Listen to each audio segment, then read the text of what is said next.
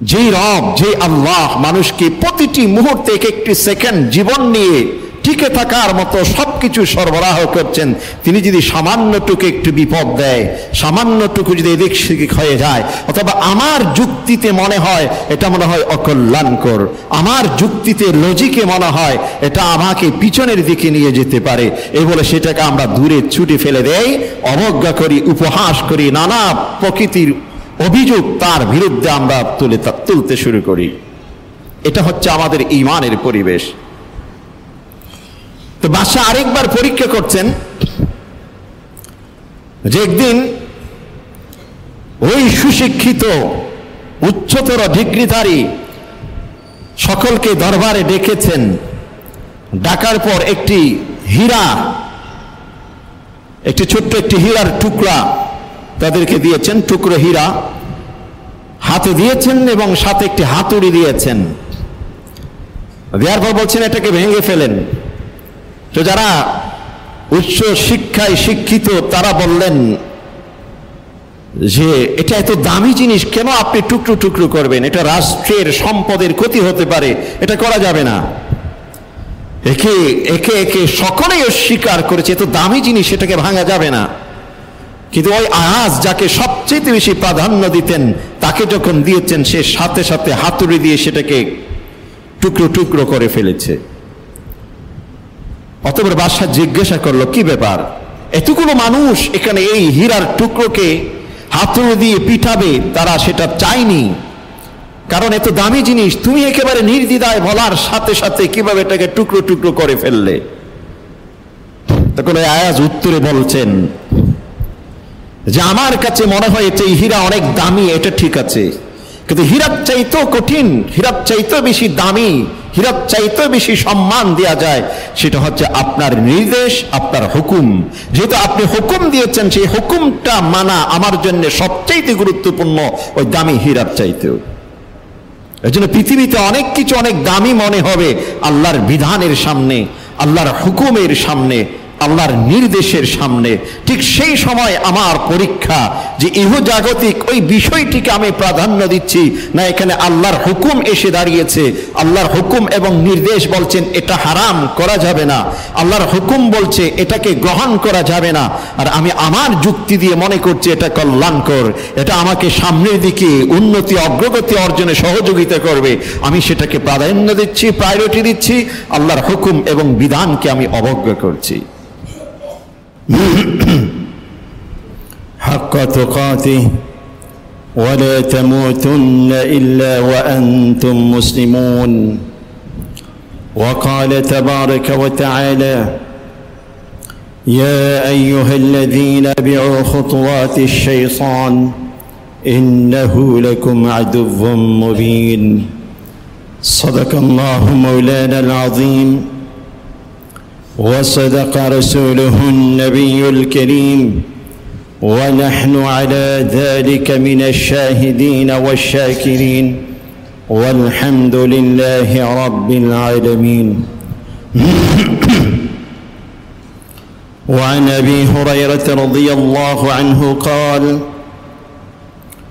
قال رسول الله صلى الله عليه وسلم ما نهيتكم عنه فانتهوا وما أمرتكم به فأتوا منه ما استطعتم فإنما أهلك الذين من قبلكم كثرة مسائلهم واختلافهم على أنبيائهم أو كما قال النبي عليه الصلاة والسلام.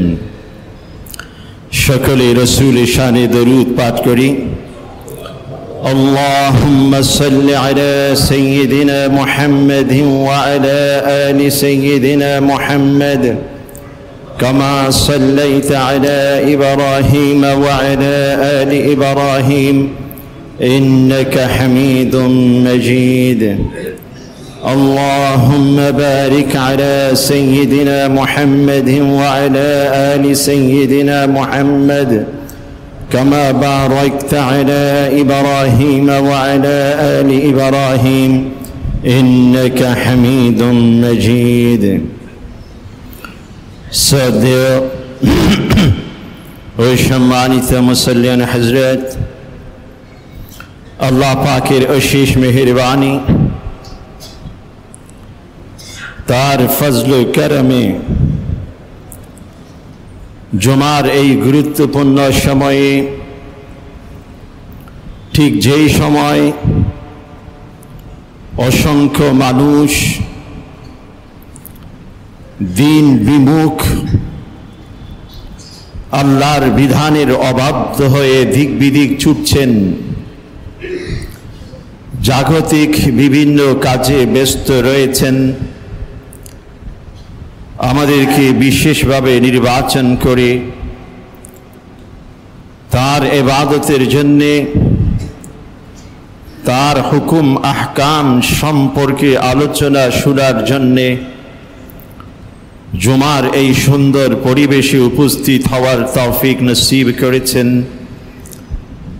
সুযোগ করে দিয়েছেন। এই জন্য তার শুকরিয়া জ্ঞাপন করে বলি আলহামদুলিল্লাহ। আল্লাহ রাব্বুল আলামিন জগতের বুকে তার প্রতিনিধিত্ব করার জন্যে যে জাতি সৃষ্টি করেছেন, যে জাতিকে আল্লাহ পাক বিশেষ মর্যাদা সম্মাননা দিয়ে পৃথিবীর বুকে তাদের মান মর্যাদা সমুন্নত করেছেন, তাদের জন্যে আল্লাহর পক্ষ থেকে বিশেষ কিছু বিধিবিধান, বিশেষ কিছু গাইডলাইন এবং ইনস্ট্রাকশন আল্লাহ পাক দিয়েছেন। এবং এই সব কিছুকে মানুষের মধ্য থেকে একজন প্রতিনিধি হিসেবে নির্বাচন করে নবী এবং রসুলের মাধ্যমে ধারাবাহিকভাবে আল্লাহ পাক মানুষকে অবহিত করেছেন। যুগে যুগে যত নবী,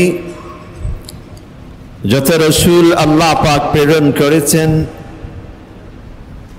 প্রত্যেককেই আল্লাহ পাক এই মিশন দিয়ে, এই পরিকল্পনা দিয়ে পৃথিবীর মানুষের সাথে পরিচিত করেছেন। এই জন্যেই যুগে যুগে যত নবী এসেছেন, প্রত্যেকে প্রাথমিক পর্যায়ে নিজের পরিচয়টুকু মানুষের সামনে তুলে ধরেছেন।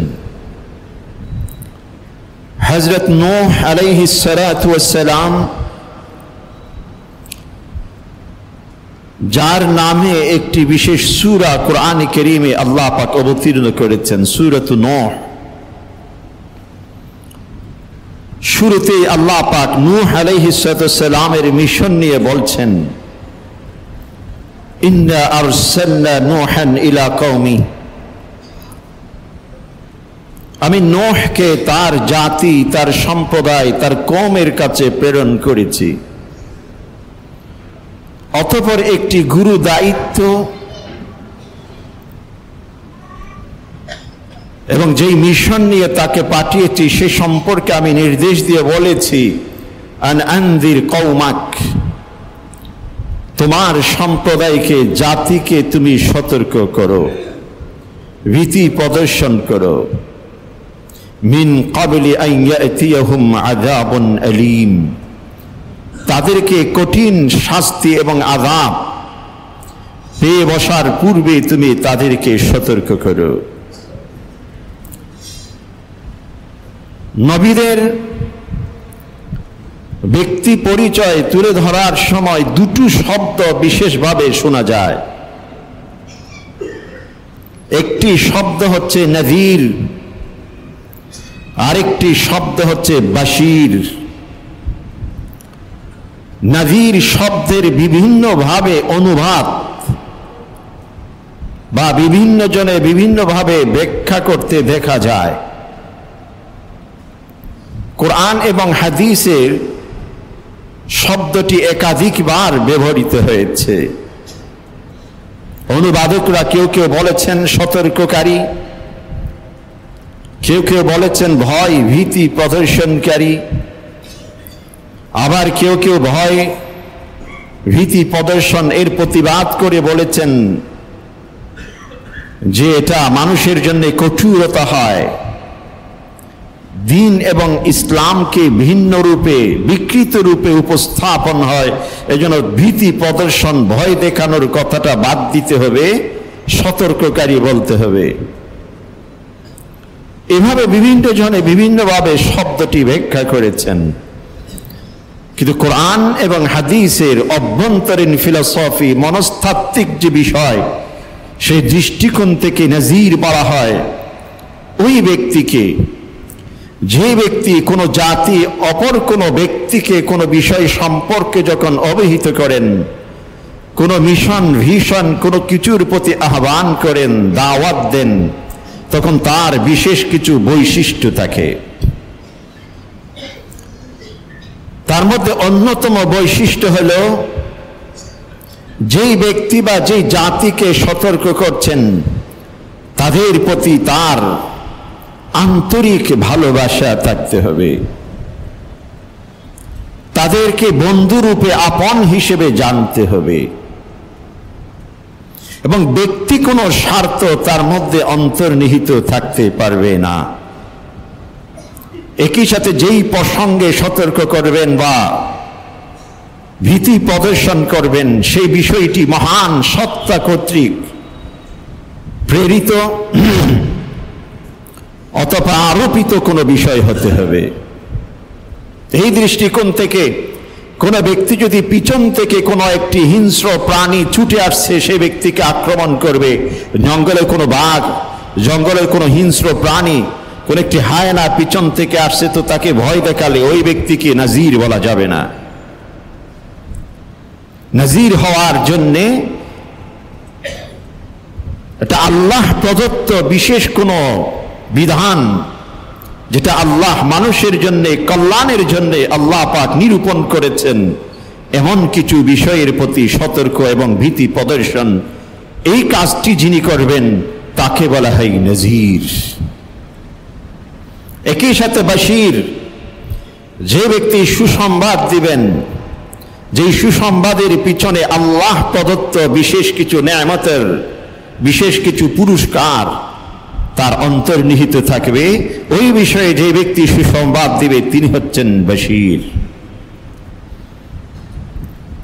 তো মানুষের জন্যে আল্লাহ পাক যে বিধি বিধান নির্বাচন করেছেন যাতে করে প্রতিটি মানুষ এই পৃথিবীতে শৃঙ্খলার সাথে, শান্তির সাথে, আরামের সাথে জীবন যাপন করতে পারে, এই জন্য আল্লাহ পাক এই বিধিবিধানগুলো নির্বাচন করেছেন। মানুষের প্রতি কঠোরতা, মানুষের প্রতি নিষ্ঠুরতা, অথবা আল্লাহ পাক কোনো কিছুর অভাব অনটনে রয়েছেন, তার এই মহাবিশ্বকে পরিচালনার ক্ষেত্রে তার কিছু অভাব ঘাটতি রয়েছে, মানুষের মধ্য থেকে সেগুলোকে উদ্ঘাটন করবে, সেগুলোকে উসুল করবে, সেগুলোকে আদায় করবে। আল্লাহর ব্যক্তি বা নিজস্ব কোনো স্বার্থ উদ্ধারের জন্য মানুষের উপর এমন বিধিবিধান আরোপ করে দিয়েছেন এমন নয়। প্রতিটি বিধান মানুষের কল্যাণের জন্য আল্লাহ পাক ঠিক করেছেন, এবং এটা ঈমানের একটি অংশ, ঈমানের একটি বিষয়। আমরা ছোট্টবেলায় যখন মাকতাবে পড়াশোনা করেছি,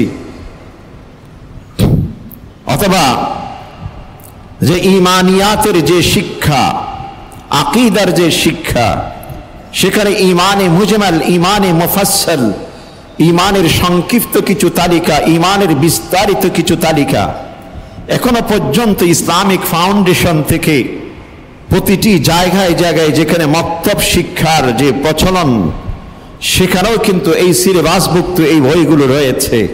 সেখানে ঈমানের একটি বিষয় রয়েছে, আমানতু বিল্লাহি কামা হুয়া বিআসমাইহি ওয়া সিফাতিহি ওয়া জামিআ আহকামিহি ওয়া আরকানিহি।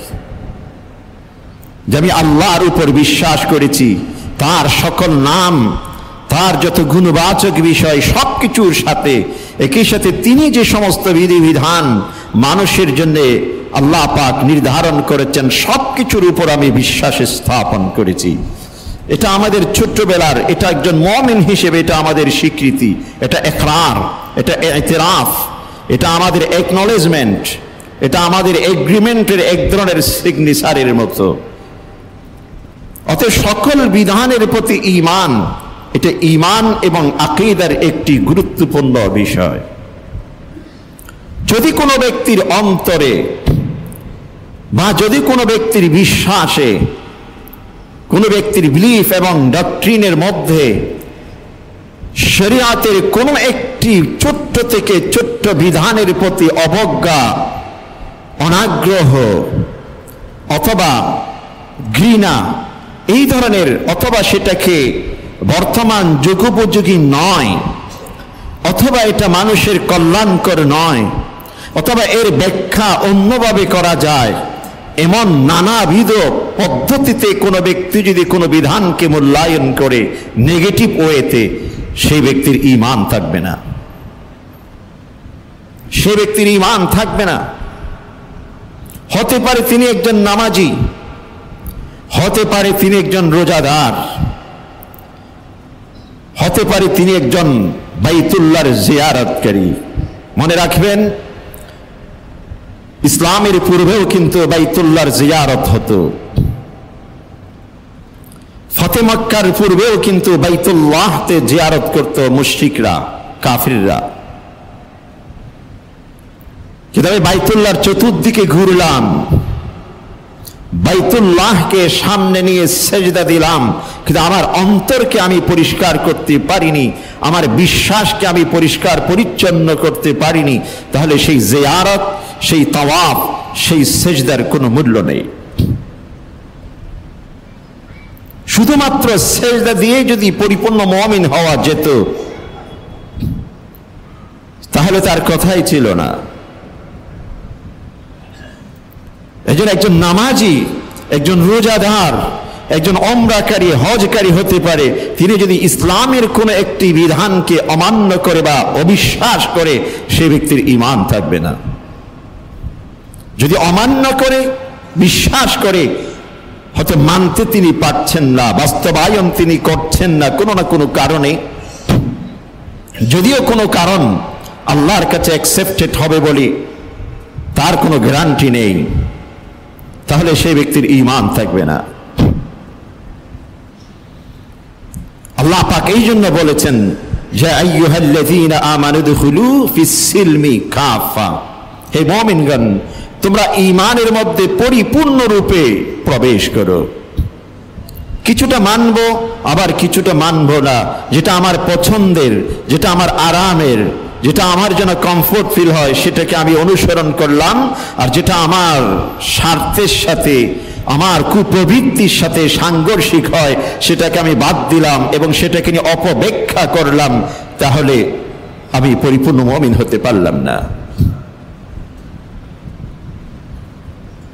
উদখুলু ফিস-সিলমি কাফা, পরিপূর্ণ ইসলামে প্রবেশ করা। ওয়ালা তাত্তাবিউ খুতুওয়াতিশ শাইতান, আল্লাহ পাক জানতেন যে আমার এক একটি বিধান যখন তোমরা মানতে যাবে, ব্যক্তি জীবনে, পারিবারিক জীবনে, সামাজিক জীবনে, রাষ্ট্রীয় জীবনে বাস্তবায়ন করতে যাবে, শয়তানের দল বল সবাই তোমার পিছনে লেগে যাবে এবং নানামুখী ষড়যন্ত্র প্রতিবন্ধকতার সম্মুখীন তুমি হবে। তবে ঠিক সেই সময় হচ্ছে তোমার ইমতিহান। আল্লাহ পাক স্পষ্ট বলে দিয়েছেন, ইন্নাহু লাকুম আদুউম মুবিন, তোমার শত্রুকে আমি চিহ্নিত করে দিচ্ছি এবং এই শত্রু সম্পর্কে তুমি সতর্ক থাকো। এজন্য ইহুদি সম্প্রদায়, তাদের কাছে নলেজ ছিল, জ্ঞান ছিল, তারা জানতো অনেক কিছু। ইসলাম কিন্তু জানার নাম নয়। রাসূল করিম সাল্লাল্লাহু আলাইহি ওয়াসাল্লামকে যারা সবচেয়ে বেশি কষ্ট দিয়েছেন, তারা কিন্তু জ্ঞানী ছিল, বিজ্ঞানী ছিল। আবুল হাকাম রসুলের শত্রুর উপাধি ছিল যে প্রজ্ঞার পিতা। আবুল হেকাম শাব্দিক অর্থ হয় প্রজ্ঞার পিতা, অর্থাৎ যিনি অত্যন্ত প্রজ্ঞার অধিকারী ছিল, জ্ঞানের অধিকারী ছিল, সমাজের মধ্যে তার অবস্থান ছিল। এত সত্ত্বেও তার ঈমান নসিব হয়নি। শুধু তাই নয়, একেবারে রসুলের সহযোগী ছিলেন। রসুলকে সবচাইতে বেশি সহযোগিতা করেছেন যিনি, রসুলের দুঃখের সময়, রসুলের সুখের সময় যিনি সব সময় পাশে ছিলেন, এত সত্ত্বেও ঈমান নসিব হয়নি। রসুলের চাচা আবু তালিব ব্যক্তিগতভাবে দেখতে সুন্দর ছিল, সমাজের মধ্যে তার প্রতিপত্তি ছিল এবং ক্ষমতা ছিল, পাওয়ার ছিল, অর্থভিত্ত ছিল, সবকিছু ছিল, কিন্তু ঈমান নসিব হয়নি। রসুলকে এত বেশি ভালোবাসতেন, ভাতিজা হিসেবে আবু তালেবের একটি বিশেষ আসন ছিল। নিজের ঘরের মধ্যে যখন বসতেন একটি বিশেষ সুন্দর আসন ছিল। আমাদের দেশে যেমনটি যে শীতের মৌসুমে বিভিন্ন সময় দেখবেন অনেকে ঘরের বারান্দায়, ঘরের উঠানে, বেকসময় আমাদের দাদাদেরকে দেখেছি বিচার করতে বসতেন একটা বড় আসন নিয়ে, যেখানে অন্য কেউ বসতে পারতেন না। আবু তালেবের একটি বিশেষ আসন ছিল, সেই আসনে পাশে কেউ আসতে পারত না, ভয় পেত। কিন্তু আবু তালেব যখন সেই আসনে বসতেন, নিজের ভাতিজাকে রসুলকে ডেকে পাশে বসাতেন। রসুল যখন সেই আসনে বসতেন, আবু তালেব কখনো দ্বিমত করতেন না, বকাবকি করতেন না, বরং আদর করে, স্নেহ করে বুকে জড়িয়ে ধরতেন। রসুলকে এত বেশি ভালোবাসেছেন। রসুলের প্রশংসা করে শতের উপর তিনি কবিতা লিখেছেন, যেগুলো আরবি সাহিত্যের মানদণ্ডে অনেক উন্নত সাহিত্যের অধিকারী। এবং যেই কবিতার এক একটি পংক্তিতে রসুল সম্পর্কে এমন এমন ব্যাখ্যা আছে যেটা একজন মুসলিম, একজন মুমিনও দিতে পারে না। কিন্তু আল্লাহ পাক তাকে ঈমান দেয়নি। এদের শিক্ষার নাম, প্রতিপত্তির নাম, প্রভাবের নাম, অথবা কোনো মুমিনের সাথে সুসম্পর্কের নাম ঈমান নয়। অনেক মানুষ দেখবেন যে একজন নামাজি ব্যক্তিকে অত্যন্ত ভালোবাসেন, কিন্তু নিজে নামাজ পড়ে না। আলেম ওলামাদেরকে ভালোবাসেন, কিন্তু নামাজ নিজে পড়ে না। বিপদের সময় হুজুরের কাছে চলে যায়, কিন্তু নামাজ, রোজা ইত্যাদি কিছুই করে না। তার বিশ্বাসটুকু বাইনাহু ওয়া বাইনাল্লাহ, সে এবং আল্লাহই জানে তার বিশ্বাসের কি অবস্থা। কিন্তু বাহ্যিক দৃষ্টিকোণ থেকে ঈমানের যে দাবিদার অন্যান্য বিষয়, এই সম্পর্কে খুবই তার মধ্যে অভাব রয়েছে, কিন্তু আলেম ওলামাদের পছন্দ করে ভালোবাসে।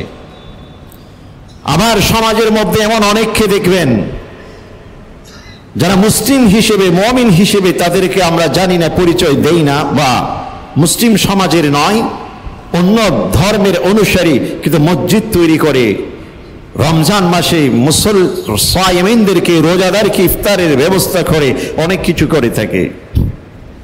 এই জন্য অনেক ভালো ভালো কাজ হতে পারে, অনেক কিছু হতে পারে, কিন্তু বিশ্বাসের মধ্যে যদি ঘাটতি থাকে তাহলে সেই ব্যক্তি মুমিন হতে পারবে না। আর কিয়ামতের দিন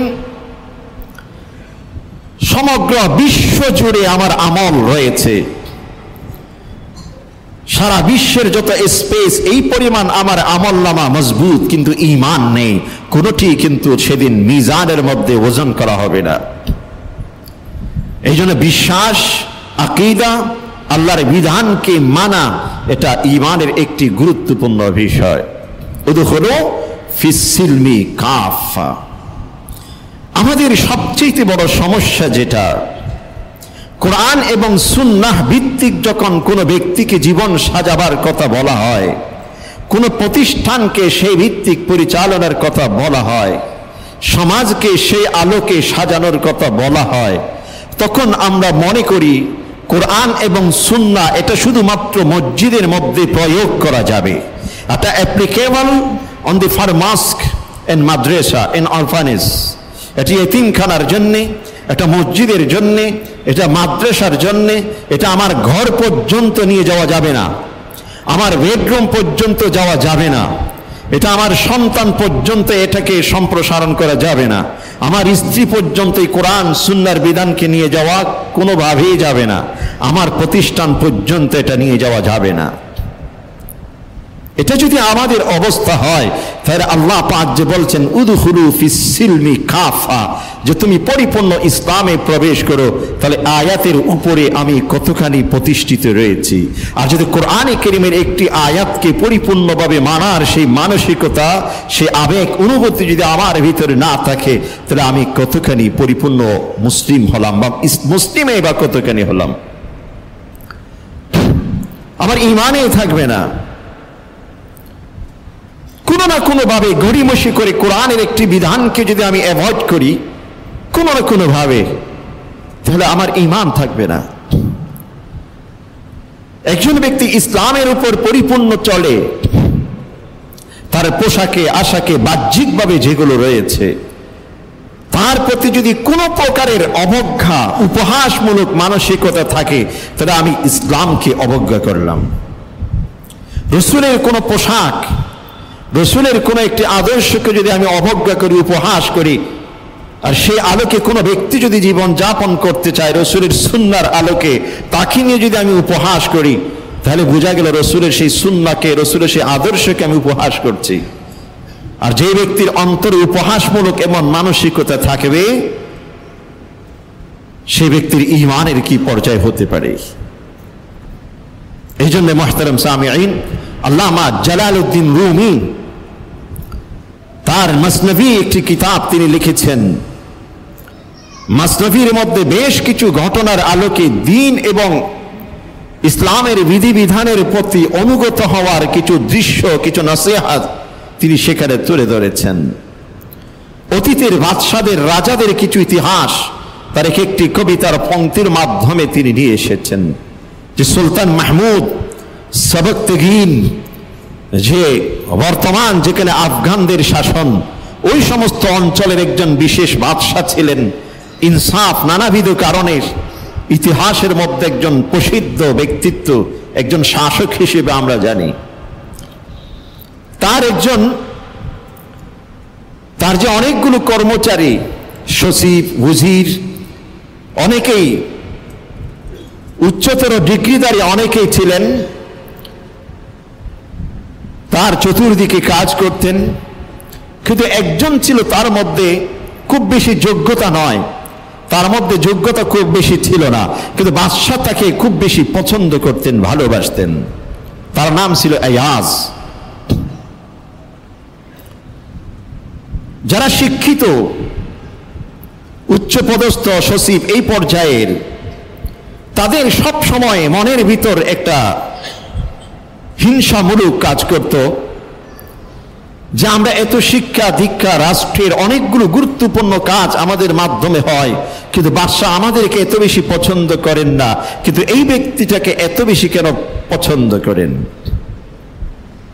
যে অনেক ক্ষেত্রে দেখা যায় তাকে প্রায়োরিটি দেয়, তার রায়কে প্রায়োরিটি দেয়, তার মতামতকে প্রায়োরিটি দেয়, তার রিপোর্টকে প্রাধান্য দেয়।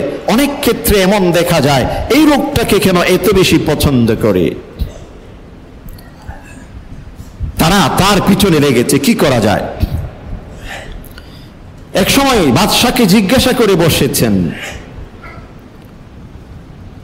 যে আমরা এত পড়াশোনা করেছি, আপনার এত গুরুত্বপূর্ণ কাজ আমরা পরিচালনা করি, কিন্তু আপনার কাছে আমাদের যে অবস্থান নেই, আপনি অনেক ক্ষেত্রে এই লোকটাকে এত বেশি কেন প্রাধান্য দেন। তখন বাদশাহ একদিন সকলকে ডেকেছেন, ডাকার পর সকলের হাতে একটি ফল দিয়েছেন। ফলটি যখন মুখে দেয়, সকলের চেহারা বিকৃত হয়ে গেছে। এক একজন বলতে শুরু করেছে যে বাদশাহ এটা তো খাওয়া যাবে না, এটা কঠিন তিতা একটি ফল। কিন্তু যে আয়াজ, যাকে সবচেয়ে বেশি তিনি প্রাধান্য দিতেন, সে একেবারে অবিচল থেকে সে ফলটুকু খেয়ে যাচ্ছে। বাদশাহ জিজ্ঞাসা করল কি ব্যাপার, এরা সবাই, সকলের চেহারা পরিবর্তন হয়ে গেছে, কেউ কেউ মুখ থেকে সেটা ফেলে দিচ্ছে, কেউ কেউ না করছে, তুমি এত শান্তির সাথে, একেবারে রুচির সাথে তুমি সেটা খেয়ে যাচ্ছ, কি ব্যাপার। তখন সে আয়াজ একটি কথা বলল যে বাদশাহ সাহেব, যে আপনার দরবারে যতদিন থেকে এসেছি আপনি আমার শুধু কল্যাণই করে গেছেন, ভালো ভালো সুমিষ্ট সুস্বাদু খাবার দিয়ে গেছেন, আজকে একটি তিতাফল দিয়েছেন, এটার জন্য আমার চেহারা মলিন হয়ে যেতে হবে, এটা কোনো প্রয়োজন আছে? অতীতের যে সুখ শান্তি আরাম আয়েশের জীবন দিয়েছেন সেগুলোর দিকে যদি লক্ষ্য রাখি, আজকের এই তিতাফল এটা কোনো কিছুই না। যেই রব, যে আল্লাহ মানুষকে প্রতিটি মুহূর্তে এক একটি সেকেন্ড জীবন নিয়ে টিকে থাকার মতো সবকিছু সরবরাহ করছেন, তিনি যদি সামান্যটুকু একটু বিপদ দেয়, সামান্যটুকু যদি এদিক সেদিক হয়ে যায়, অথবা আমার যুক্তিতে মনে হয় এটা মনে হয় অকল্যাণকর, আমার যুক্তিতে লজিকে মনে হয় এটা আমাকে পিছনের দিকে নিয়ে যেতে পারে, এই বলে সেটাকে আমরা দূরে ছুটে ফেলে দেই, অবজ্ঞা করি, উপহাস করি, নানা প্রকৃতির অভিযোগ তার বিরুদ্ধে আমরা তুলতে শুরু করি। এটা হচ্ছে আমাদের ঈমানের পরিবেশ। তো বাদশা আরেকবার পরীক্ষা করছেন যে একদিন ওই সুশিক্ষিত উচ্চতর ডিগ্রিধারী সকলকে দরবারে ডেকেছেন, ডাকার পর একটি হীরা, একটি ছোট্ট একটি হীরার টুকরা তাদেরকে দিয়েছেন, টুকরো হীরা হাতে দিয়েছেন এবং সাথে একটি হাতুড়ি দিয়েছেন। দেওয়ার পর বলছেন এটাকে ভেঙে ফেলেন। তো যারা উচ্চ শিক্ষায় শিক্ষিত তারা বললেন যে এটা এত দামি জিনিস কেন আপনি টুকরো টুকরো করবেন, এটা রাষ্ট্রের সম্পদের ক্ষতি হতে পারে, এটা করা যাবে না। একে একে একে সকলেই অস্বীকার করেছে এত দামি জিনিস এটাকে ভাঙা যাবে না।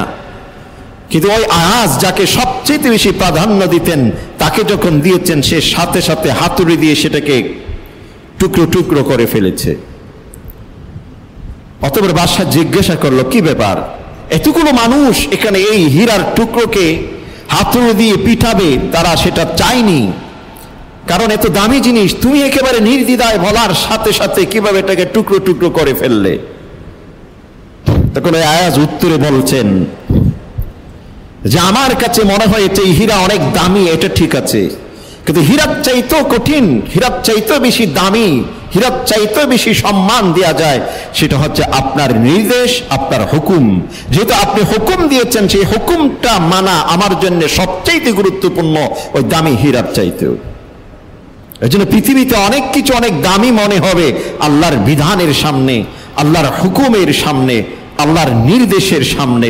ঠিক সেই সময় আমার পরীক্ষা যে ইহজাগতিক ওই বিষয়টিকে আমি প্রাধান্য দিচ্ছি না, এখানে আল্লাহর হুকুম এসে দাঁড়িয়েছে, আল্লাহর হুকুম এবং নির্দেশ বলছেন এটা হারাম করা যাবে না, আল্লাহর হুকুম বলছে এটাকে গ্রহণ করা যাবে না, আর আমি আমার যুক্তি দিয়ে মনে করছি এটা কল্যাণকর, এটা আমাকে সামনের দিকে উন্নতি অগ্রগতি অর্জনে সহযোগিতা করবে, আমি সেটাকে প্রাধান্য দিচ্ছি, প্রায়োরিটি দিচ্ছি, আল্লাহর হুকুম এবং বিধানকে আমি অবজ্ঞা করছি।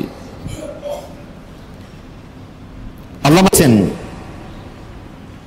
একই ঘটনা দিয়ে বিধানকে বুঝাচ্ছেন যে বান্দা এবং স্রষ্টার সাথে, আল্লাহর সাথে মানা এবং না মানার মধ্যে কেমন সম্পর্ক হওয়া প্রয়োজন, এটা বুঝাবার জন্য এই চিত্রটুকু তিনি নিয়ে এসেছেন। তো বলছেন যে আয়াজ প্রতিদিন করত কি, তার একটা ভাঙাচোরা একটা ট্রাঙ্ক ছিল, ছোট বক্সের মতো একটা বক্স ছিল, প্রতিদিন সে কাউকে না দেখিয়ে গোপনে ওই বক্সটি খুলতেন, খোলার পর সেখান থেকে কিছু কিছু জিনিস সে দেখাশোনা করত। দরবারের অন্য কেউ যদি তার সাথে যেতে চাইতো, কাউকে সাথে যেতে দিত না। অনেকের চোখে পড়েছেন, বাদশার কাছে গিয়ে রিপোর্ট করলো যে আপনার দরবারের অনেক দামি দামি স্বর্ণ রূপা হীরা অলংকার ইত্যাদি গুলো সে নিজের বক্সের মধ্যে এরকম সংরক্ষণ করে রেখেছে, চুরি করে রেখে দিয়েছে, যেগুলো আমাদের কাউকে দেখতে দেয় না। যদি সে ধরা পড়ে যায়, জানি না সে কত পরিমাণ সম্পদ আপনার এখান থেকে সে লুটে নিয়ে যাচ্ছে। একাধিকবার যখন বাদশার কাছে রিপোর্ট করা হলো, বাদশা বললেন ঠিক আছে, সেটা তাহলে চেক আপ, সেটাকে তদন্ত করা যায়, তাকে ইনভেস্টিগেট করা যেতে পারে। অতঃপর তার সেই বক্সটি বাদশা তাকে বলে নিয়ে আসো, এবং কয়েকজনকে দিয়েছেন, দায়িত্ব দিয়েছেন এটা খুলো এবং সেখানে কি আছে তোমরা বের করে দাও। অতঃপর যখন বক্সটি খুলেছেন, সেখান থেকে 3টি জিনিস পেয়েছে। এটা হচ্ছে ছেঁড়া জুতা, আর হচ্ছে ছেঁড়া একটা লুঙ্গির মতো, নিচে যেটা পড়তো এক সময় মানুষ, আমরা যেভাবে লুঙ্গি পরি ছিঁড়াবিহীন, এক সময় মানুষ এভাবে ছথর ডাকার জন্য এটা পড়তেন। আর আরেক জোড়া ছিল উপরের পাঞ্জাবির মতো একটি কাপড়, ছেঁড়া, জুতাও ছেঁড়া, লুঙ্গি বা নিচের ওই পোশাকটুকু ছেঁড়া ছিল এবং পাঞ্জাবিটাও ছেঁড়া ছিল। এগুলো যখন বাদশাহ সামনে নিয়ে এসে দিয়েছেন, বাদশাহ বলছেন এগুলো কি? শুনেছি তার ওই বক্সের মধ্যে অনেক দামি দামি স্বর্ণ অলংকার হীরার উপর রয়েছে। বলছে না, এগুলোই পাওয়া গেছে। অতঃপর তাকে ডাকলেন বাদশাহ, বলছে তুমি কি প্রতিদিন এই বক্সটি খুলো? বলছে হ্যাঁ, প্রতিদিন আমি খুলে এগুলোকে দেখি। বলছে এগুলোকে দেখার কি আছে? আরে দেখো ছিঁড়া, কতগুলো পুরাতন, যেটা তুমি এখন পড়ারও যোগ্যতা নাই এমন কিছু জিনিস, এগুলোকে তুমি প্রতিদিন কেন দেখো? তখন আয়াজ চোখের পানি ছেড়ে দিয়ে বলছিল যে বাদশাহ সাহেব, আপনার দরবারে যখন প্রথম দিন আমি এখানে আসি, আমার পায়ে ছিল এই ছেঁড়া জুতা, আমার পরিধীয় পোশাক হিসেবে দুটো জোড়া পোশাকে ছিল। আর এই পোশাকের মাধ্যমে এখানে এসে আপনার আদর স্নেহ পেতে পেতে আমি আজ এই পর্যন্ত পৌঁছেছি। এটা হচ্ছে আমার শিখর, এটা হচ্ছে আমার প্রকৃতি, এটা হচ্ছে আমার মূল, এটাই ছিল আমার আসল। আর আমার আসল পরিচয়টুকু যখন প্রতিদিন আমি একবার স্মরণ করি যে আয়াজ, তুমি আজকে রাজদরবারের অনেক প্রিয়জন হয়ে গেছো, তোমার অস্তিত্ব ছিল এইটুকু যখন প্রতিদিন আমি স্মরণ করি, আপনার দরবারের নির্দেশ, আপনার হুকুম, আপনার আদেশ সবকিছু মান্য করতে আমাকে সহযোগিতা করে, মানসিকভাবে আমি সাহস পাই। ঠিক প্রতিটি মানুষ যখন এই পৃথিবীতে এসেছেন, তার অতীতকে নিয়ে যদি প্রতিটি মানুষ একবার ভাবে, কল্পনা করে যে আমি কিভাবে এসেছি, কোন অবস্থাতে ছিলাম, এখন আমি কোন পর্যায়ে পৌঁছেছি, এই পর্যন্ত পৌঁছার পিছনে আল্লাহ প্রদত্ত কোনো শক্তি যদি কাজ না করতো, তাহলে আমার ব্যক্তি যোগ্যতার আলোকে এই পর্যন্ত পৌঁছা সম্ভব হতো কি না। এজন্য প্রতিটি মানুষ একবার যদি নিজেকে এবং নিজের অতীতকে নিয়ে, নিজের সূচনাকে নিয়ে যদি একবার ভাবতে থাকে, সেই ব্যক্তির অন্তরে কখনো আল্লাহকে ভুলে যাওয়ার সেই মানসিকতা সৃষ্টি হবার কথা নয়। এই জন্য আল্লাহ বলছেন উদখুলু ফিস সিলমি কাফা, যে তোমরা ইসলামে পরিপূর্ণরূপে প্রবেশ করো। কিছুটা মানবো, কিছুটা মানবো না এমন নয়। নামাজের ক্ষেত্রে শুধুমাত্র মানবো, নামাজ পড়ে যখন বের হব এরপর হালাল হারাম পার্থক্য করার বিষয়টি আমি মানলাম না, এটা কিন্তু ইসলাম নয়। মোটা অঙ্কের সুদের লেনদেন ইসলাম এটাকে হারাম করেছেন, আমি সেক্ষেত্রে নিজেকে নিয়ন্ত্রণ করতে পারি না, আর সেজদার পর সেজদা দিতে থাকি, আমার সেজদা কতখানি কবুল হবে এটা কিন্তু প্রশ্নবিদ্ধ। আর যদি সত্যিকার অর্থে ওই হারামকে আমি হারাম হিসেবে নয় হালাল হিসেবে গ্রহণ করি, তাহলে আমার ঈমান কোন পর্যায়ে আছে এটাও কিন্তু আমাকে ভাবতে হবে। এই জন্য আল্লাহ বলছেন উদখুলু ফিস সিলমি কাফা, ইসলামে পরিপূর্ণরূপে প্রবেশ করা। রাসূল করিম সাল্লাল্লাহু আলাইহি ওয়াসাল্লাম বলছেন মা নাহাইতুকুম আনহু ফান্তাহু ওয়া মা আমারতুকুম বিহি ফাতু মিনহু মাসতাতাতুম, যে আমি যা কিছু তোমাদেরকে নিষেধাজ্ঞা হিসেবে নিয়ে এসেছি, যাতে মানহিয়াত রয়েছে, সুদকে আমি হারাম করেছি, যে বেপরদা চলাকে আমি হারাম করেছি, নারীদের জন্য পর্দাকে আমি ফরজ করেছি, সামাজিক যে চারিত্রিক দৃষ্টিকোণ থেকে ব্যক্তি জীবন শুধু নয়, চারিত্রিক দৃষ্টিকোণ থেকে একটি সমাজকে ভারসাম্যপূর্ণ অবস্থায় পৌঁছাবার জন্যে, সামাজিক সাইকোলজিকে পরিষ্কার এবং পবিত্র করার জন্যে আমি, এবং নারী জাতিকে সম্মান দেওয়ার জন্যে পর্দাকে আমি ফরজ করেছি। এটাকে যদি কোনো ব্যক্তি সমাজের মধ্যে, যে এটা একটা পুরাতন অথবা এটা মানুষের উন্নতি অগ্রগতি একটা প্রতিবন্ধক হিসেবে কোনো ব্যক্তি মনে করে, শরীয়তের একটি বিধান হিসেবে এটাকে যদি কোনো ব্যক্তি অবজ্ঞা করে, অস্বীকার করে, সে ব্যক্তির ঈমানেই থাকবে না। আর যদি কোনো ব্যক্তি বিশ্বাস করেন কিন্তু তিনি হয়তো কোনো কারণে সেটা মানেন না, তওবা ইস্তিগফারের মাধ্যমে ফিরে আসার সুযোগ আছে। আর যদি অস্বীকার করে, নতুন করে ঈমান এনে তারপরে কিন্তু তাকে ফিরে আসতে হবে। এভাবে অসংখ্য বিধান রয়েছে যেগুলোকে আমরা অস্বীকার করি, যেগুলোকে আমরা অস্বীকার করি।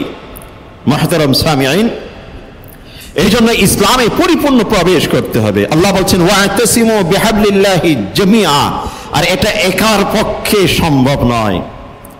ওয়াতাসিমু বিহাবলিল্লাহি জামিআ, তোমরা আল্লাহর রঞ্জুকে, কোরআনকে শক্তভাবে ধরো, সম্মিলিতভাবে।